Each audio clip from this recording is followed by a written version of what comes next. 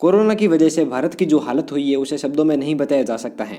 कई लोगों ने कोरोना काल में अपनों को खोया तो कईयों ने अपनी जीविका ही खो दी। देश की ऐसी दुर्दशा को देखकर बीते समय के ब्रिटिश साम्राज्य की याद आती है, जिस समय भारत अपने वजूद के लिए विदेशी ताकतों से लड़ रहा था। ऐसे में देश की आम जनता बिल्कुल लाचार सी नजर आ रही है। कोरोना के अभी तक लगभग 12 अलग अलग वेरिएंट आ चुके हैं, जैसे अल्फा, बीटा, गामा, डेल्टा आदि, और हर एक वेरिएंट पिछले वेरिएंट से कई गुना ज्यादा खतरनाक साबित हो चुके हैं। इसीलिए इस बीमारी को इतिहास में सबसे घातक बीमारियों में गिना जा रहा है। इसी कड़ी में एक और वेरिएंट हमारे सामने आया है, जिसकी पूरे देश भर में काफी चर्चाएं हो रही हैं। उसका नाम है ओमिक्रॉन। इसे WHO ने वेरिएंट ऑफ कंसर्न का नाम दिया है। वैज्ञानिकों के अनुसार कोरोना के इस वेरिएंट में काफी ज्यादा म्यूटेशन देखी गई है और इसके अंदर कई तरह के स्पाइक प्रोटीन को भी खोजा गया है। बता दूं कि स्पाइक प्रोटीन के जरिए ही कोरोना इंसानों के अंदर पहुंचकर बीमारी को फैलाता है। इसके अलावा जिन लोगों को कोरोना पहले से हुआ था उन्हें ये वेरिएंट अच्छी खासी तरह से जकड़ सकता है। खैर, कोरोना के इस नए रूप को B11529 का नाम भी दिया गया है। दोस्तों, ओमिक्रॉन के सबसे ज्यादा केस साउथ अफ्रीका में देखने को मिले हैं। वैसे सबसे चिंताजनक बात यह है कि कोरोना के इस वेरिएंट के बारे में हमें ज्यादा कुछ नहीं पता है। ये किन किन लोगों को ज्यादा प्रभावित कर सकता है या ये किस कारण से इंसानों के अंदर आता है,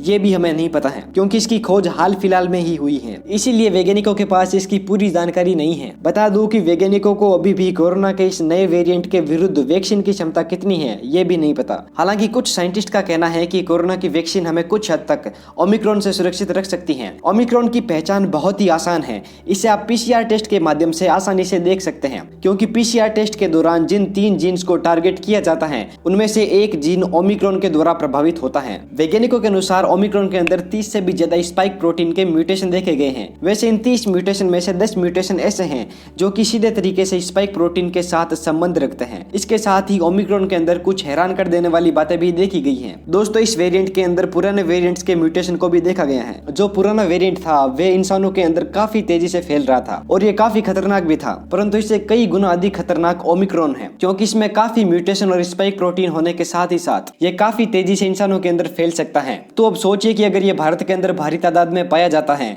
तो ये कितनी तबाही मचा सकता है। आपको याद ही होगा कि सेकेंड वेव में इंडिया का क्या हाल हुआ था। दोस्तों, भारत का हेल्थ सिस्टम पहले से ही काफी मार झेल चुका है और अब ये ओमिक्रॉन। अभी तक वैज्ञानिक ओमिक्रॉन की बीमारी पैदा करने की क्षमताओं के ऊपर खोज कर रहे हैं। साउथ अफ्रीका में कोरोना की वजह से हालत काफी ज्यादा खराब है। साथ ही साथ पूरे देश के सिर्फ 24% लोगों को ही वैक्सीन लगी है। तो सोचिए ओमिक्रॉन और कोरोना के कारण वहां पर क्या हाल हो रहा होगा। ओमिक्रॉन के जो नए मामले साउथ अफ्रीका में सामने आए हैं वो काफी ज्यादा चौंका देने वाले हैं। इन नए मामलों में मरीज कम उम्र वाले स्टूडेंट्स हैं। बता दूं कि पहले वैज्ञानिकों के द्वारा कहा जाता था कि कोरोना ज्यादातर बूढ़े लोगों को ही हो सकता है, परंतु यहाँ पर ये बात बिल्कुल ही उल्टी हो चुकी है। और एक खास बात यह है कि जिन भी लोगों को ओमिक्रॉन हुआ है उन सभी लोगों के अंदर बीमारी के लक्षण काफी हल्के थे। इनमें से ज्यादातर लोगों को कुछ दिनों से काफी ज्यादा कमजोरी महसूस हो रही थी, और जब उन लोगों का PCR टेस्ट करवाया गया तो पता चला कि उन्हें ओमिक्रॉन हुआ है। ऐसे में किन लोगों को कब और कैसे ये बीमारी हो जाए ये कह पाना भी के लिए मुश्किल है। आखिर में सबसे बड़ा सवाल ये है कि क्या कोरोना की वैक्सीन ओमिक्रॉन के खिलाफ काम करेगी या नहीं।